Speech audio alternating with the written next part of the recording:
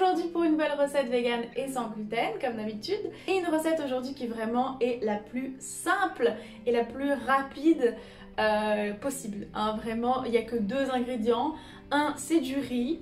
Ça met même pas 5 minutes à être fait et c'est délicieux, c'est vraiment plein de saveurs, j'adore cette recette. Et pour ceux qui aiment le kimchi, vous allez adorer. Donc c'est une recette coréenne, c'est du riz frit au kimchi. C'est pas très technique, vous allez voir, il suffit juste de garder le feu fort pendant toute la recette et de tout le temps mélanger. Et de bien suivre mes conseils bien évidemment et vous allez vous régaler. Donc voilà, j'espère que ma recette va vous plaire. Si c'est le cas, n'oubliez pas à la fin de mettre un petit pouce bleu, ça me fait très plaisir et ça m'aide beaucoup. Et je vous laisse regarder ma recette.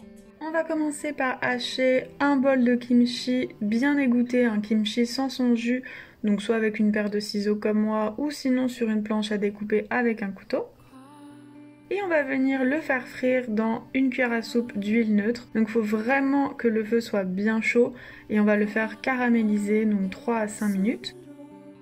Ensuite, on va venir ajouter 3 petits bols, donc la même mesure de riz cuit. Donc le riz que vous voulez, que ce soit du riz à sushi, du riz basmati. Ce qui est important, c'est qu'il soit cuit et qu'il soit pas trop humide en fait. Tout simplement qu'il ne vient pas d'être cuit, qu'il a passé une nuit au frigo, c'est le mieux. Ensuite, on va bien le mélanger jusqu'à qu'il prenne la même couleur que le kimchi. On va rajouter ensuite 3-4 cuillères à soupe de jus de kimchi.